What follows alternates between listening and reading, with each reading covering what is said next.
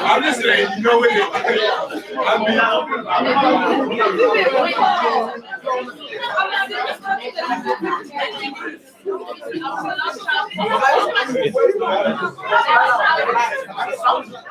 I just checked outside.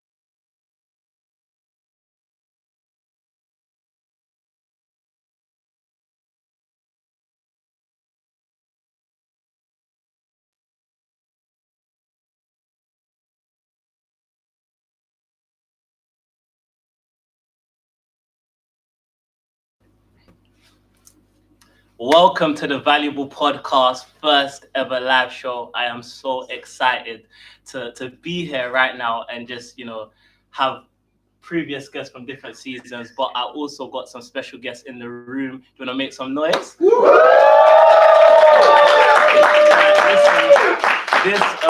Honestly, if you're not here at this retreat, all I can say is that you're missing out. But we are here to have a wonderful discussion. And also, if you're live streaming now, make sure you can use that function to ask any questions, to drop in any comments, and we'll get someone moderating that so you can also get in on the discussion. But yes, so my name is Victor Sanya. I'm the host of the Valuable Podcast, where we sit down with highly valued guests and have insightful discussions on sharing value in their story and their journey. And today I am joined by Torin Joshua, Janoy Josephs, and unfortunately, Carrie, our last guest, could not come, but she wishes you and us all her warm regards.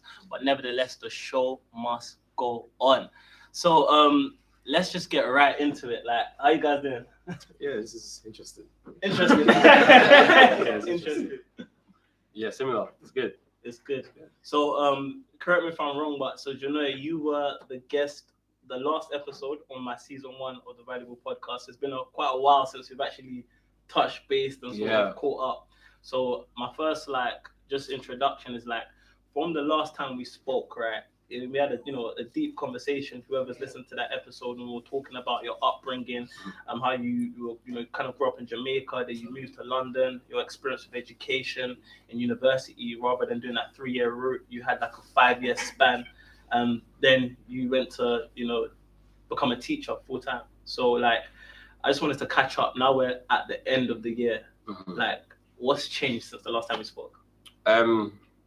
I think one of the major changes would be my confidence and verbiage when it comes to my career. So I found myself almost developing into leadership, but more so finding my niche when it comes to communities and culture. So I've been on a program known as an MPQ, and that's like the next step into assistant headship, and the support of my school, and just really taking on wider responsibilities in school. The development of Black Men Teach has kind of just taken us by storm. We have a website, we have funding, especially from Teach First, and also meetings with decision makers, DFE, BBC. It's a lot, whilst also working as well. But nonetheless, I mentioned on the podcast that what's always been about myself is impact. And I just found that my impact is growing, and I'm just going with the flow with that. Oh, that's amazing. And there was a lot of acronyms in there. I'm not gonna assume everybody knows what you do. So first of all, let's just give a reintroduction, especially for the newcomers who are hearing you for the first time, in terms of what do you actually do and sort of your journey? I am a secondary school teacher. I teach religious studies and citizenship, which is like politics. I'm also a head of year 8. So I've gone down the pastoral route. There's 2 routes in teaching: pastoral, curriculum. I just found that my impact is in pastoral, and so my next phase would be assistant head teacher. One of the things to help with that would be a national professional qualification in leading behavior and culture. And part of that is that you have to have a remit within the school, whole wide base, basically, and just show your impact in that area, and then go from there. Wow. So from the last time we spoke until now, it's sort of transitioning or building yourself into taking that assistant leadership sort of role. And I think I've grown in confidence. One of the things that's changed as well is that I did become a staff governor, and so I found myself at the table where we're looking at the budget of the school, multi-million pounds, where we're going to spend that impact, holding my head teacher to account, and also representing a lot of Black boys, especially within my own school. So just impact and just having that aspect of it. A lot. And Torin, for yourself, wow. I mean, I know a lot has changed since the last time I spoke to you. you were still at university. In fact, we were both still at university the last time I had a conversation, and I remember we were talking about your story as well from working in Iceland, but your real passion was in digital media and content creation and storytelling. And like from the last time we spoke, where you're working in a different company, you're now went full time by yourself. So what's that been like? Yeah, it's been interesting. I think, as you're saying, like when we had the podcast, obviously I was still at university and stuff like that, and I just started a role working for one of the Real Housewives, where I was basically doing like content creation for some of their brands and stuff like that. And that in and of itself was kind of a huge shock for me, because it's like, oh, how did I get from where I was going into that role and stuff like that? But then since then, it's been quite an interesting journey of like going through like anxiety, like trying to understand that post-grad life, like what that's actually gonna be like. And that transition was actually quite difficult for me. So it was quite difficult, but it was also quite a journey. And I think there's been so many different experiences that's gone on since then, and I can actually go fully self-employed. And yeah, since then I've been working on quite cool shoots with people like YouTube. Been doing a lot of like influencer content for like brands like TK Maxx and stuff like that as well. Wow. So it's ever since I took that leap of faith, it's just been full throttle, just like going for it in the scene, like where things kind of take me. Yeah, that's amazing. It's the way you speak about it. It's not like, because I've had some friends that have had a similar position straight out of university, and they take that leap of faith where they don't go straight to a job and maybe try something of their own. But like for you, if I was looking on the outside in, like I wouldn't know that. Like you seem employed, like you got work going for yourself, working with brands. So was that did that come from a place there before you made that decision? You already knew that you had these company partnerships, you worked, that sort of different clientele that you could work with, or was it actually a leap of faith, like I'm just gonna do this and trust in my skills and hard work? Yeah, no, it was 100% just a leap of faith, because like a lot of the work that I've done wasn't planned or prepped before. Like it's just stuff that has kind of come just because I'm now open to be able to take those opportunities. Like the people that I'm around, the spaces that I'm now able to go into because I'm not working full time, like I'm able to be a bit more intentional about the opportunities that I take and stuff like that. So yeah, I think it's also a bit of fear in that as well that's got me to this point, because it's like when you go self-employed, it's like, okay, like you don't know when this next paycheck is coming in, so it's like just work, maybe overwork a bit too much.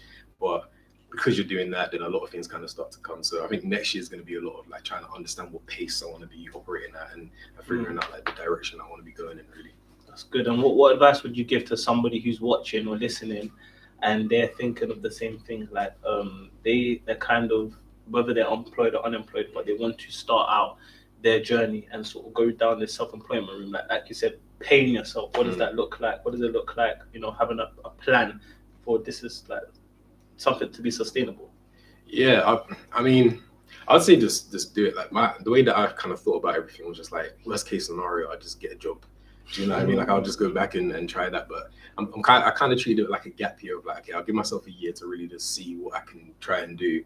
If it doesn't work, I'll go back. But the experience that you get from having to operate from a place where you're not knowing where the next paycheck's going to be secure, you're going to learn more in that year than you are working maybe for another organization and stuff like that as well. So I'd just say just go for it, man. Obviously, just watch a bunch of YouTube videos, because it gives you the information that you need. No, it's true. I think I was actually on my second ever podcast episode with Flynn. Shout out Flynn. We talked about that, like information so widely accessible on the internet, like literally majority of things you want to learn is somewhere on the internet, right? You can go on YouTube, like you said, there's a ton of videos. I think the thing is, the harder bit is just that it's like it will take you a long time, and some people want to, instead of spending all that time searching for 1 minute vids there, 60-second in a 1 hour clip that they just needed, they'll rather buy a course or pay for a mentor, pay for a coach, and like take those shortcuts. But I think if you're listening, that's a great thing. Like if you do have the time, like start straight away and get delved into that information. But even on the topic of faith, I think for Jonah, for you, it's a bit different. Like, would you say you're in sort of like a stable job per se? Yeah. Yeah. Yeah. So the reason why I say that is because I think the aspect of stability has now crossed into comfortability, where I do my job pretty well. And I was having certain discussions throughout this whole retreat where I realized that I want something different. You know, when I came into teaching, I was like 6 years executive position in the sense of either assistant head or head teacher or deputy, and I fully believe that's possible. Okay. However, as I've kind of progressed and certain things have been compromised, i.e. my social life, the fact that it takes me weeks to respond to WhatsApp messages and just falling out is all those things that the small things, I'm more so chasing after that now and trying to regain that rather than going full throttle with the leadership aspect of it. I know it will come, just the way that I'm wired, just the way that the things that I plan for my school will just make that happen. Yeah. But my focus just shifted to the fact that I want to build what I do after work and not be too tired because I've poured myself out for so much or for so long. Yeah. No, that is very good. I think that's when you say you take weeks to reply. I feel like, it's really, I mean, we did the reflection task, and on my table was wrote down one of the things I'm going to let go of is, you know, taking weeks to respond. And I genuinely wrote, Janoi, it's rude. Like, that's it. Like, do you know what's so crazy? Because like, shout out my group, he was with me. I don't know who was with me, but one of the things I said that on my last year booklet, literally, I said that one of the things I'm going to let go of is feeling guilty not replying to people. Because I came to a point where I had so many different like messages, and you feel like a week, I haven't replied to this person, but to your point, right? When you're working so hard and you're grinding to reach a certain like level of leadership or whatever you want to pursue, you're sacrificing something else. And I could have come to terms with I need to sacrifice my availability and my mental health, my well-being. Does that make sense? Because I work so hard, then I think, okay, like sometimes replying would then look like a task to me. Like, okay, we've got 1 hour on that train journey, you know, by the time we get the bus and everything, we can whack out the WhatsApp, then Instagram, then hopefully the LinkedIn if we got like 10 minutes, like then you know, next day we go again. So it's interesting. I think we need to strike that balance as well of attaining something that we want, but also balancing what are the little things that you said, like social life a bit that you can't like you have to basically sacrifice a bit of it. Whereas your friends, they might, you know, invite you somebody or they might have a different availability than you, but it's based on your decisions. And I think we did touch upon it, but it varies for different people. So I work with people who have kids who are married. I mentor teachers who, you know, this person, she's married and she's got 2 kids and she's starting the profession. And I had to have some hard conversations with them, the fact of, are you aware of the industry or where you're going into? Because you can't just turn up on time in the sense of when school starts and then think you can leave early.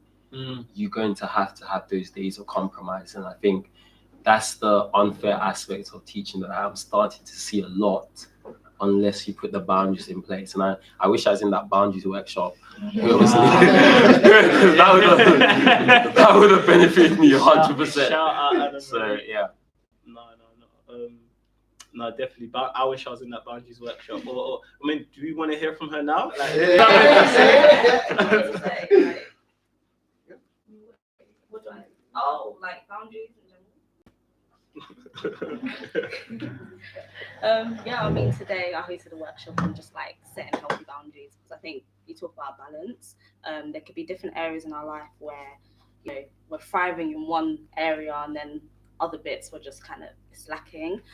So I think today we just kind of spoke about the importance of boundaries in different areas of our lives. But first becoming self-aware, like, you know, where I'm like my weaknesses, like how do I think about certain things, and then once you like have a better understanding of who you are, you're able to like go on to like identify, okay, which boundaries can I set in different areas. But I don't know if you had any questions. Actual like the different types of boundaries, so like emotional, financial, material, intellectual, physical boundaries. Then we went on to talk about a bit about communicating, and also not feeling bad. Like you talked about not feeling bad with like replying to certain people. And I think people pleasing is a big issue, especially as women as well. Like we love to give, but then we just kind of, it was more of an affirming talk on like we don't really need to feel bad if something is, we don't want to overextend ourselves. Yeah, just to protect like our mental well-being. And yeah, it's pretty much that. It's just so essential, really. But yeah.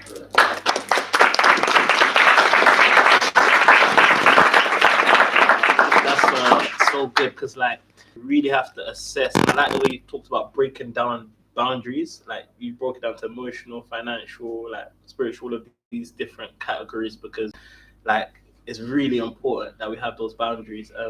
Even for myself, I started to already think about the boundaries that I want to set for 2023 because when you think about the new year, you plan, you're thinking about kind of like the new version that you want to build of yourself. What is this? What do I want to look like in this year? And like what's going to get me there? And some of it is like planning of I need to do this, and some of it is like you know what I don't need to do anything but put a brick wall in the middle of some things. Does that make sense? So no, it's definitely important. I mean, Torren, for yourself, like have you thought about any boundaries that you're going to set for 2023? That's interesting. It's funny because a few months ago I went to a like an underground cinema, like showing like short films, and I met the director of Top Boy. His biggest piece of advice was that like getting into the industry and stuff like that.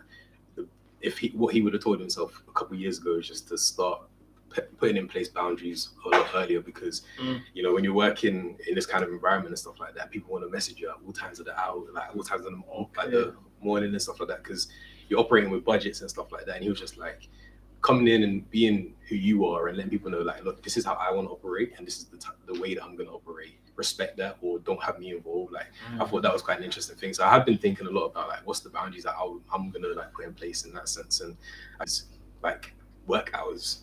I think like being self-employed, but also working in like social media and the digital space in general. Social media doesn't really sleep, so there's sometimes like it can be any hour of the morning where you even just have an idea and it's like, oh, let me like execute on this and stuff like that. But when you're working with clients and you've created an atmosphere where they feel like they can message you at all times of the day, then it takes away from the passion. Do you know what I mean? I think that's one of the biggest things that I found difficult in the job that I was in when I was doing it at the time was it'll be a Saturday and then they're messaging me at 12 p.m. and I'm like, I don't care enough about this for me to want to do that. But it's interesting because there's certain clients that when you're doing what you really care about, they can message you at whatever time and you're like, yeah, like because I'm doing something that I feel like is a part of my purpose. Do you know what I mean? So yeah, I think it's just operating in work hours, like having a bit more of a structure to my days and figuring out again that kind of work-life balance I want to operate in. Yeah, that's powerful. Literally, I call it the P word. I forgot who I was speaking to, and they always say this because that purpose is that buzzword, right? Like, because people say it, and it's sort of that hard thing. If I ask you, like, what's your purpose? But I'm not, you have to answer. Mine is just but it's sort of like it's kind of like an aggressive question, like because you really need to think about it.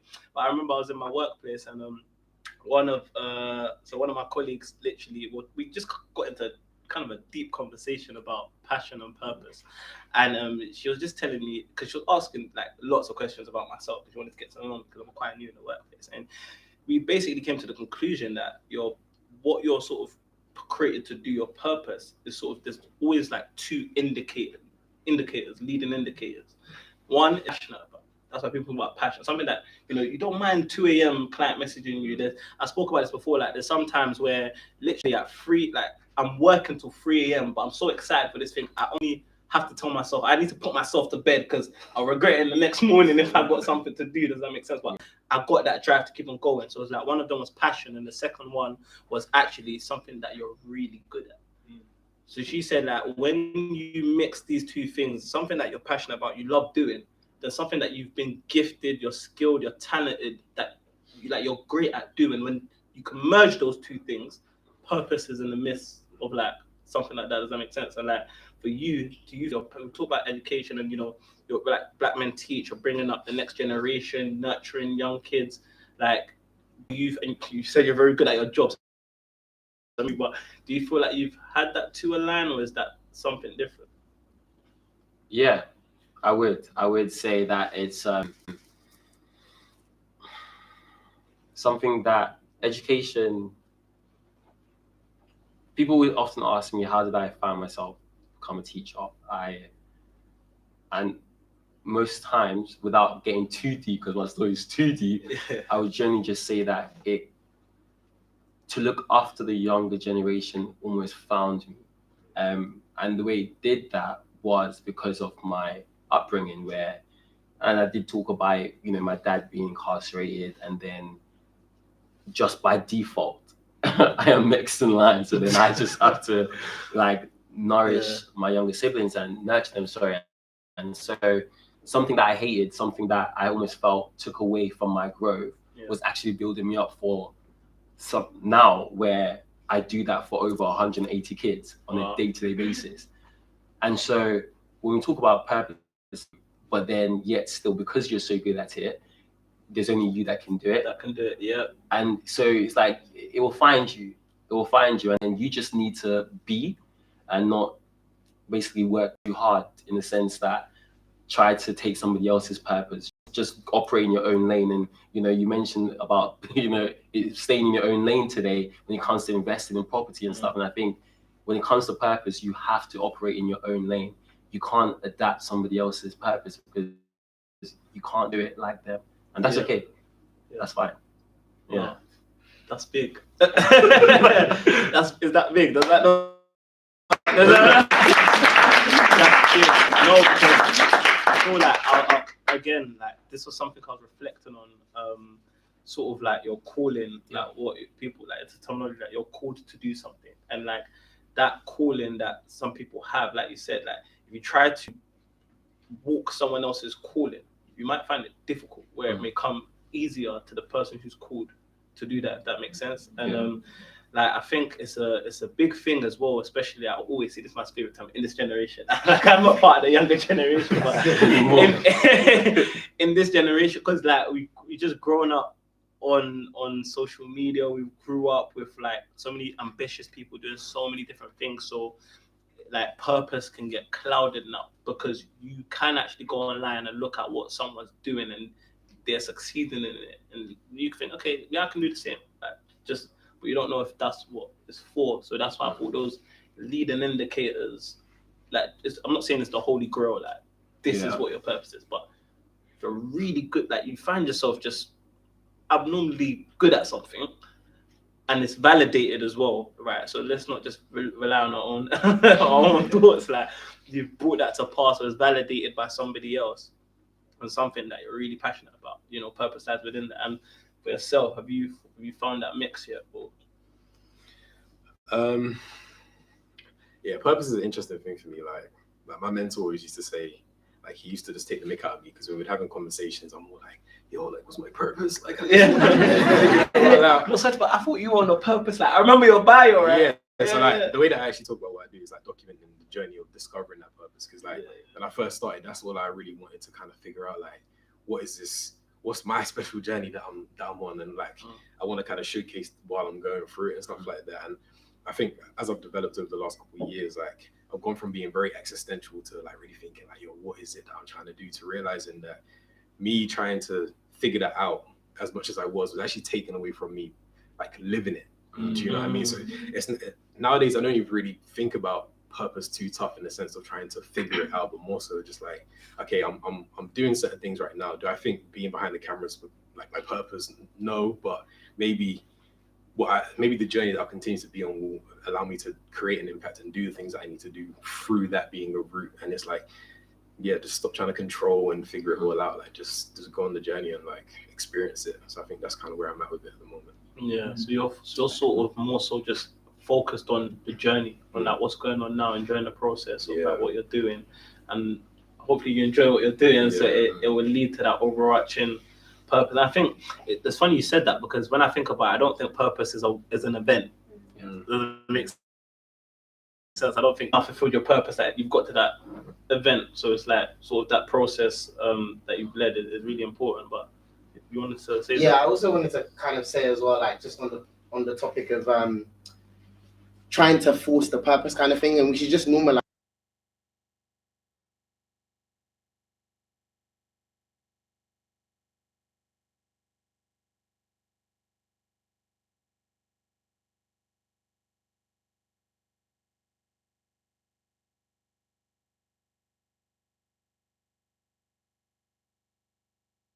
think, being able to just like navigate life with no pressure of like I have to conform to this one thing, and just like follow the journey, as like Torrin said, and through that you can kind of discover like all these new things.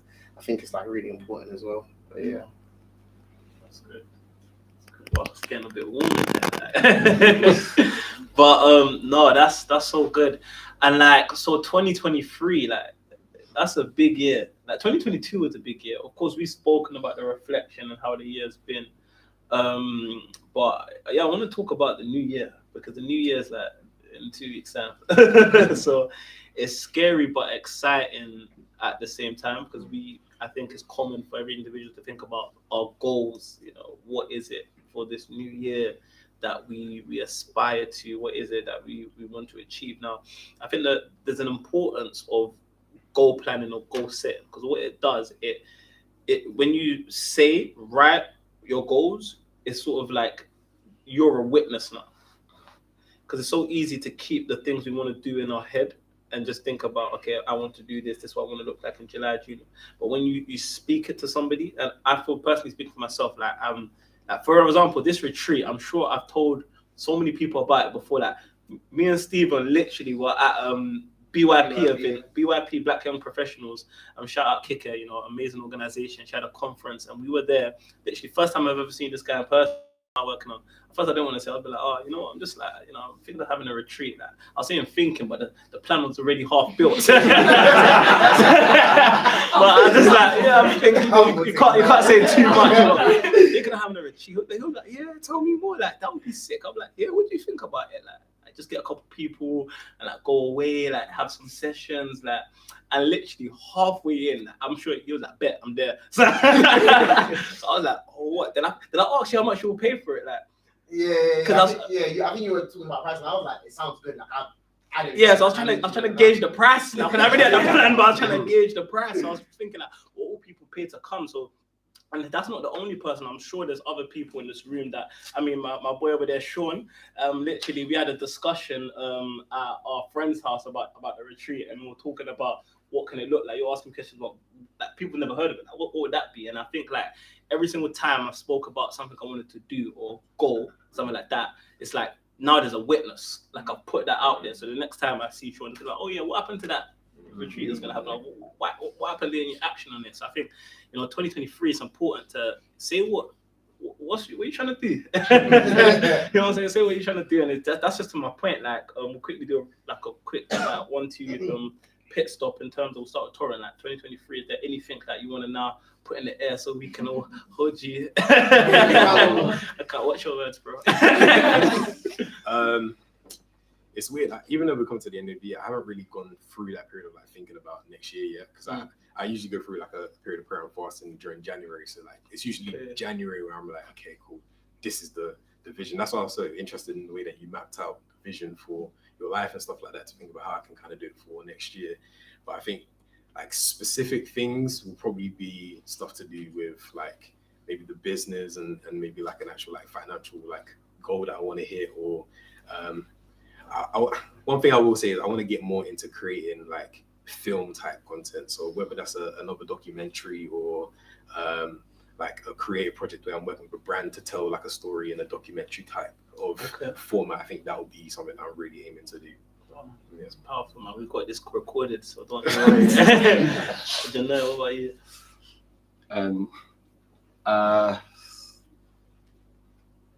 So I'm kind of different in the sense that I am very oblivious to signs, in the sense that, okay, I'm a man of faith, I am. And so that from the last quarter, I would say from September to December, I get into this space where I'm just very, very reflective, but also aware. And so I kind of like almost open myself up to, I don't know, God talking to me in different ways. And so being here today, this weekend, one of the things that I was very much just kind of being open to was like moments. And I think, especially as I'm kind of like in transition into like thinking about, so let me not say thinking about, I am going to migrate. So I'm in this space where I'm trying to solidify moments with people, with things, my school, my organizations, connections, networks. Okay. And it's just all about moments for me. So 2023, laugh more, enjoy more, but more so complete things. Okay. Yeah. Wow. Let's talk about that one there. No, because like some people, we start the work and then we leave it unfinished. And literally, if anyone follows me on the page on Instagram, you see that the last quote I posted, it was "finish well." Well, the caption was "finish well" because I find that as well. Like we can start a lot of things, but a lot of things are left unfinished. When you say complete things, like what did you mean by that?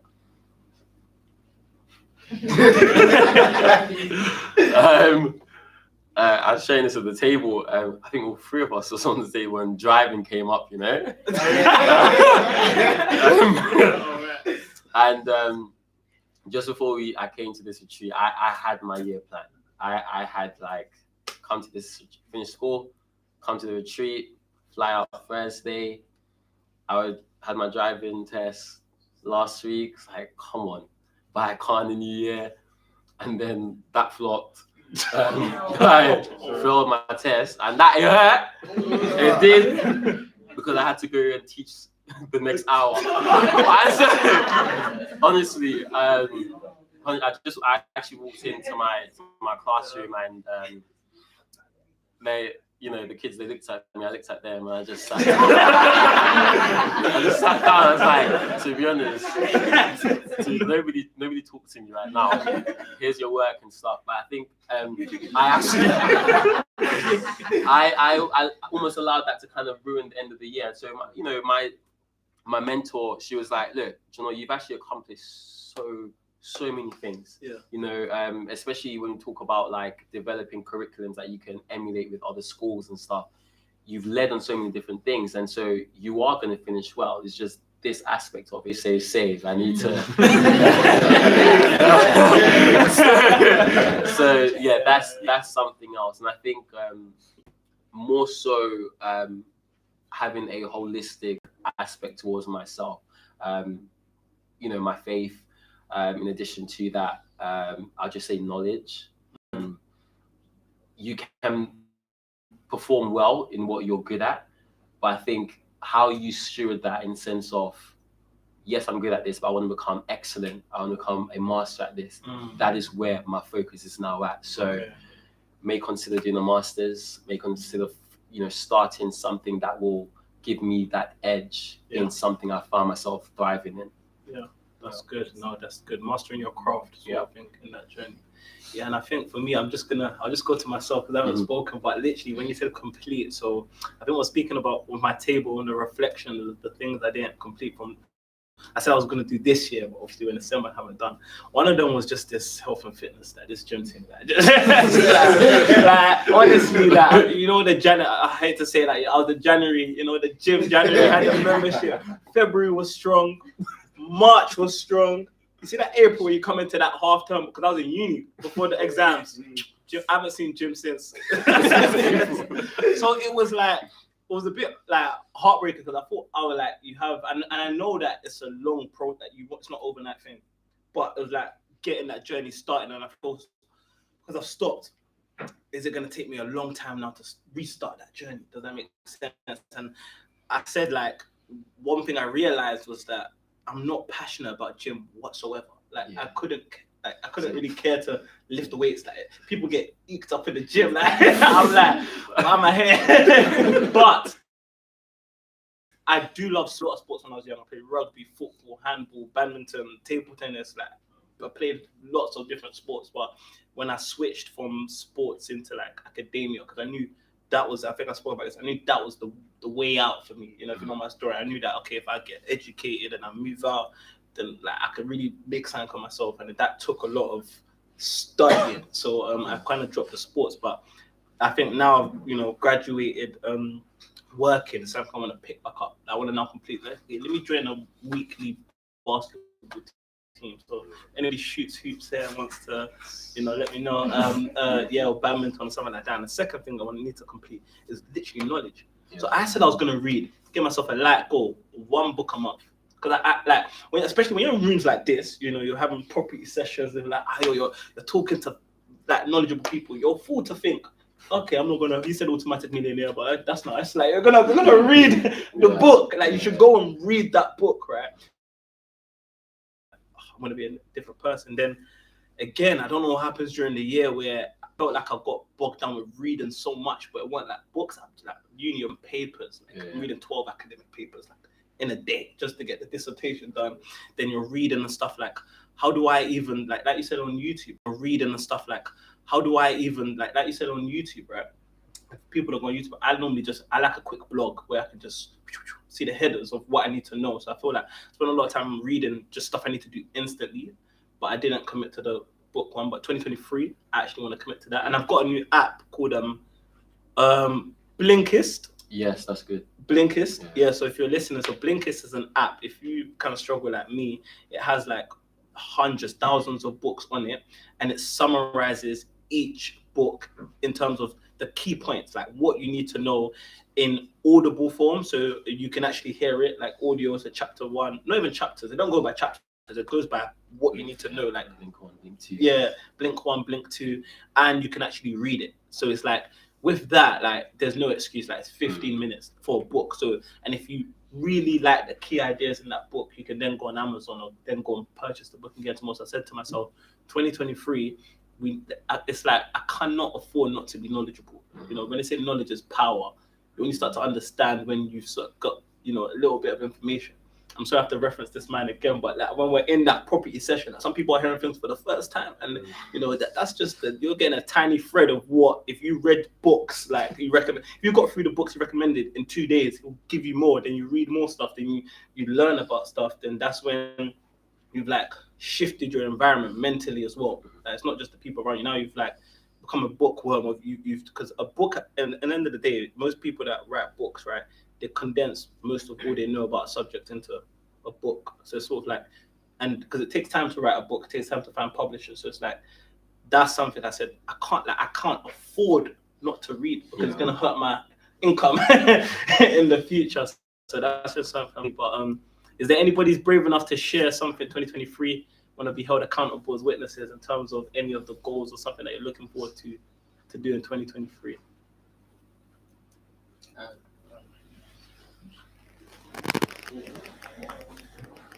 Okay. Yeah, let's hear from you. Yeah, no, I think for me, that reflection thing we're doing, one of the things I talked about and said I really want to do, and it's really open-ended and vague, but it's just about really trying to exceed my potential in this coming year. And that's just because I feel like this year I was kind of, you know, like surface level just in terms of a lot of the things I was doing. And, you know, like everyone always says, oh, you have potential. And it's like, that's just air. And I feel like we all owe it to ourselves to like really like fulfill our potential. Like it's actually like you're right. Like you really have to see that through. And I just said to myself that this coming year ahead, like I really just want to exceed my potential on all levels. It's just like, I know the potential is there, bro. Like you just have to like maximize. So that's something I'm really trying to be big on this year. That's encouraging.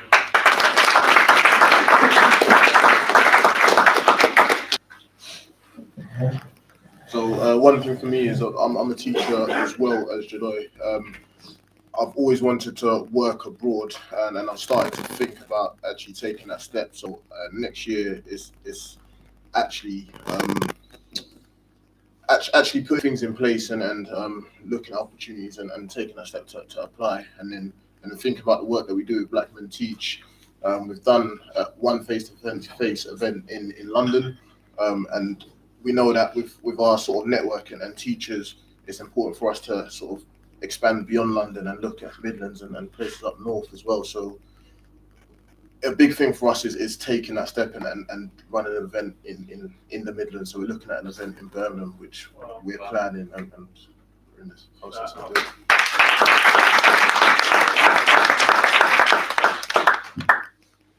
Yeah, so I think one thing I've thought about a lot this year is being able to act regardless of how I feel.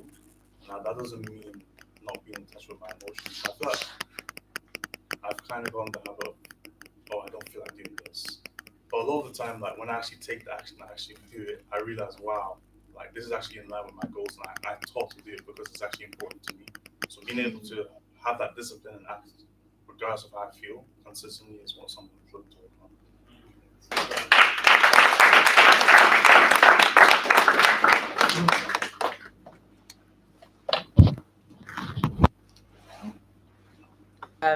In terms of I do currently here in London, I want to be able to start something like that in Nigeria back home, and be able to actually look at, not because I live here, but to be able to put a foundation back home with my family and be able to help the people back home as well in terms of having that international presence. So that's something that I don't know how I'm going to do that, but Quickly, what do you do? What is that?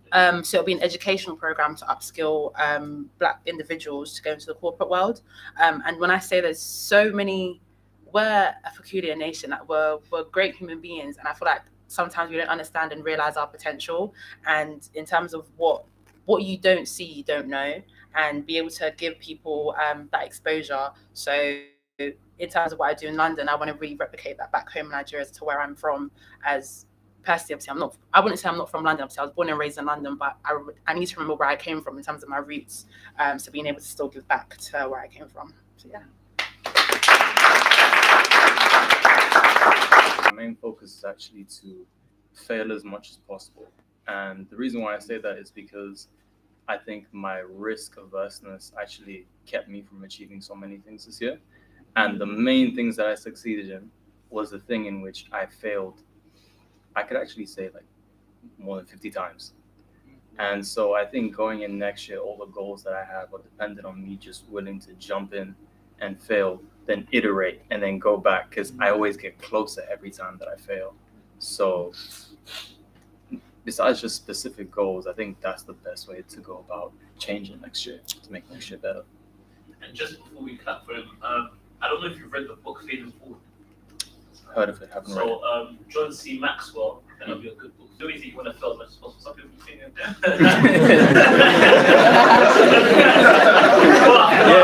Y'all were quiet. I get your perspective. John C. Maxwell wrote a book, Failing Forward, and it talks about that the quicker you fail, you sort of learn like the mistakes, and you can deal with rejection and failure. And like you said, it's an iterative English. It's a process where if you fail, you sort of learn from it, then you go again. And it's sort of like when you. That's why the book's called Failing Forward. Like you move forward. Like people say 2 steps forward, 1 step back, or something. But he's like, you know what, you fell. There's a way to forward. Because some people think that you can just go through life without failing, and I guess failure can be looked at subjectively. But for your case, Louise, sounding like you want your goals for 2023, I think that book will be a good pillar for you to structure the way you want to feel. What I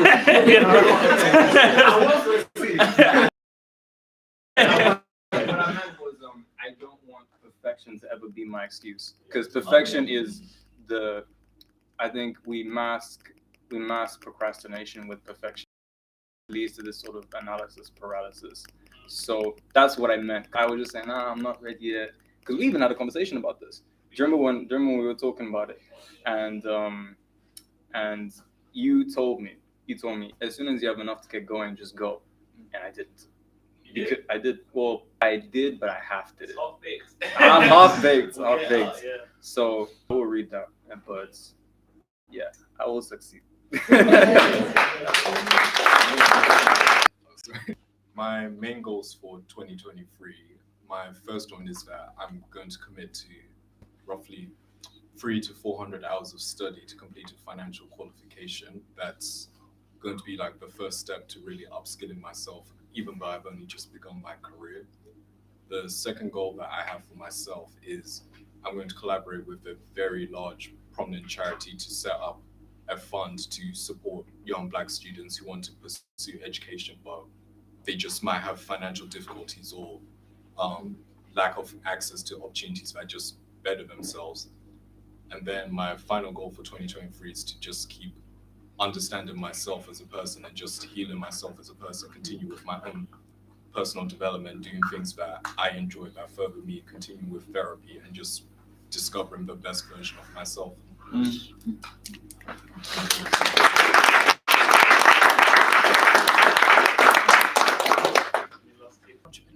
program for teenagers to help them upskill with like any sort of business skills, their confidence skills, things like that.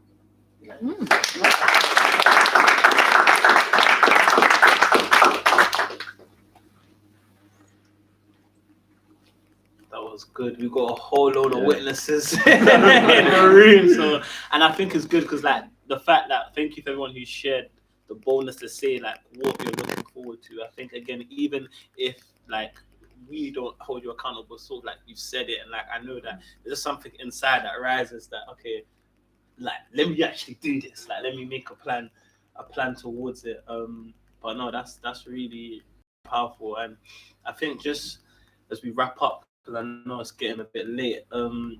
Just wanted to end off on one question as well. Sort of like 2022, you know, we touched base in December now. Like, what's been the best highlight of your year right now? You said it this week. Best highlight for me. It's so hard though. The year's been long. I think the most recent one for me is the shoot I did for YouTube, just because that was just something that came out of nowhere, and it was something that I never expected to happen. There was something that like podcasts that I listened to for years, and it was like I remember in 2019 I wrote on like my vision board one time like these specific podcasters. I was like, oh, I'm gonna be on their show one day, and you know when you just write mad goals just because it's like, but then it was crazy being able to like being in that room, creating like a piece of content specifically for them, and then them being like, yo, this is cool, like this is hard, and being like, oh, so this is the way that the vision actually came to be. It wasn't what I planned for it to be, but it was a moment I got to live and experience, and I think that's a moment for me where I'm just like, yeah. Like, wow. And could you just quickly explain? So, what was the YouTube shoot? Like, what did they hire you to do? Yeah, so YouTube have this thing called the YouTube Black Creator Fund, where they've basically been invested in Black creators to help them, you know, build their channels and stuff like that. So they were basically doing an end of year celebration to like celebrate the last cohort that's just gone through it. So I was basically there to capture they did a similar retreat to this basically. Wow. So I was just there to kind of capture that event and kind of like edit and showcase the content That's of what they amazing. were doing. So, Wait, we had our previous guest, Temi Dancehall. Did you meet her there? Black Creator Fund, right? Yeah. Yeah, she was shout out Temi. she was on a previous guest on the Radical podcast, an artist, but she was part of maybe she was in a different career class, but yeah, she was someone who got that fund and helped her grow her channel. I think right now she's probably 400k subscribers. Wow. 600k. Okay, 600. The last when I recorded the episode, for context, when I recorded the episode with her, she was on like 300k, and I remember she was telling me about her goals, about how she wanted to start her Patreon and do stuff like that, and now she's on 600k subscribers, and I'm sure the Patreon's up and running live. So it's powerful to literally say what you want to do, and the year's not ended, and she's moved quickly. But yeah, so that's good. But what about you? It's twofold, but they kind of lead into each other. I'd say the first thing would be Black Men Teach, and the reason why I reference that is because it's kind of made me realize that there's so much more to myself than the classroom, and that there's, you know, some Black kid across the UK, somewhere north of the UK or whatever, London, sorry, that need to be inspired by role models. So by doing that, Black Men Teach kind of just the support that's been rallied around us, especially like from the likes of Teach First, and I said BBC before, it's validated what we're doing. That's led me to almost calm down on thinking that impact will be just as a head teacher, and that impact for me is more so now developing outside of the classroom. And so my whole focus and direction is outside of the four walls of the classroom. And I think that's a highlight for me, because when we spoke, I was headstrong, saying, yes, head teacher. We spoke about that, and I was like, "What?" Go. In your previous school, you're like, "Nah, I'm gonna move to this school, but we need to move up the ranks." I was planning how long I'm gonna be here. But I think it's just developed where more is needed. And I think I'm just trying to answer to that more as best as I can. Wow, that's amazing. And I think just to wrap up for me, like my highlight, I think coming into this year, so another thing that I sort of give a word for myself, and like those who know me, like this year was the year of celebration. You know, I said it in 2021, right? December always post something similar, and like this year has been nothing short but celebration. From everything that I've been celebrating, just victory after victory. Like my email inboxes, you just get that email, you won this or you got this. Like honestly, and I think, but to just tie it together, my proudest of my reflection, the highlight, it has to be this right here. It has to be building a community. I had a goal, a vision, just to start a podcast, not knowing what it would be like. I had a plan of like, I want to actually impact people. I want to share conversations that necessarily I have this back doors, right? Like I've known people in this room for a couple of years. Like me and Horatio speak about conversations that is not recorded anywhere, but it helps so much. So it's like, I need to jump on a pod. Like for me, it didn't cost me much being at home. I've never, this is the first time I've done this ever in person. It's always been in my bedroom, which is easy for me to set up and have those conversations and display it to the world. But to build this in under a year and like have a brand where people messaging is impacting, they get a room packed with people on a live pod. It's a highlight. But also for those who are following, sorry, not forgetting you, it's like it's a highlight. Just having you guys here, like I guess on the journey with me, because it's not finished, and it's only exciting to see what 2023. Like, of course, you have people, you know, praying for a studio that is. I've visited a few different studios, but something just wasn't right. I could have set myself up there, but I want to set myself up in a place where I know this is where the Valuable Podcast will be hosted, and this is where we'll get guests down and we'll do like fun stuff and like talk, have chats like this, you know, get people in to visit the studio and stuff like that. So I'm hoping to really build that out. And yeah, see where life goes. You get there, bro. But it's, you know, good and bad news in the sense that, you know, good news is that we've been able to do this live podcast show, and it is really, really exciting. And we have to wrap up now, but thank you so much if you're tuning in. Just let's give a round of applause for our audience as well.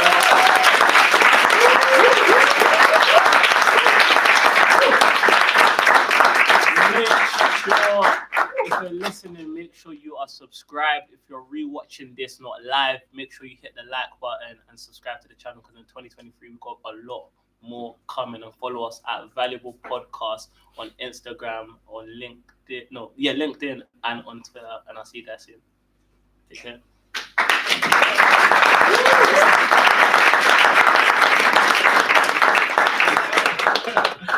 Full circle. Yeah, that's what I was thinking.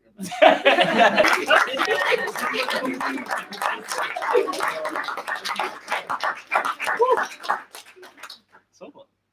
Is this still recorded? I don't want to say anything, you know. You can't